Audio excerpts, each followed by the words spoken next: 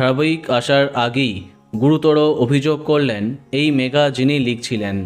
ফের একবার প্রডিউসার সুব্রত রয়ের বিরুদ্ধে অভিযোগ। সতীপীঠ কালীঘাট নিয়ে বিখ্যাত লেখিকা দেবারতী মুখার্জি যা কিছু সামনে নিয়ে এলেন তাতে হইচই টেলিপাড়াতে। তার কথায় 2026-এর মে মাসে জি বাংলায় আসন্ন কালীঘাট কেন্দ্রিক একটি ঐতিহাসিক মেগার মূল কাহিনী লেখার জন্য তাকে আনুষ্ঠানিকভাবে আমন্ত্রণ জানায় রয় সিনেওয়ার্কস প্রাইভেট লিমিটেড। এরপর দেবারতী 1 বছরের গল্প, চরিত্র, ঐতিহাসিক প্রেক্ষাপট সম্পূর্ণ ক্রিয়েটিভ ইউনিভার্স তৈরি করে জমা দেন। অভিযোগ, সেই কাহিনী জমা দেওয়ার পরেই এড়িয়ে যেতে আরম্ভ করেন সুব্রত রায়। প্রসঙ্গত উল্লেখ্য, এর আগেও রানী রাসমণির সময় শিল্পীদের বকেয়া পারিশ্রমিক নিয়ে ঝামেলা হয়েছিল।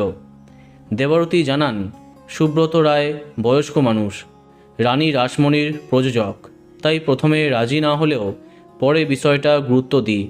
তিনি জানান, কোনো মৌখিক কথায় না, লিখিত চুক্তির পরেই কাজ আরম্ভ করেছিলেন তিনি। এরপর দেবারতী 15ই মে সব লেখা জমা দেন। তার কথায়, সব জমা দেবার পরেই ম্যাজিক। তার সাথে সব যোগাযোগ বন্ধ করে দেন সুব্রত রায়। একের পর এক নতুন ডেট দেয়া হয়, কিন্তু তার পারিশ্রমিকের অর্থ তাকে দেয়া হয় না। পরবর্তীকালে জি বাংলাকে জানান লেখিকা।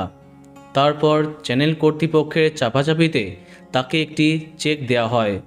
পরে সেই চেক ব্যাংকে জমা দিলে তা বাউন্স হয়ে যায়। এবার আইনি পথে যাবার কথা জানিয়েছেন তিনি। বোঝাই যাচ্ছে, আরম্ভ হবার আগেই বেশ বড় সমস্যায় সতীপীঠ কালীঘাট। দেখা যাক আগামী দিনে আর কি আপডেট সামনে আসে।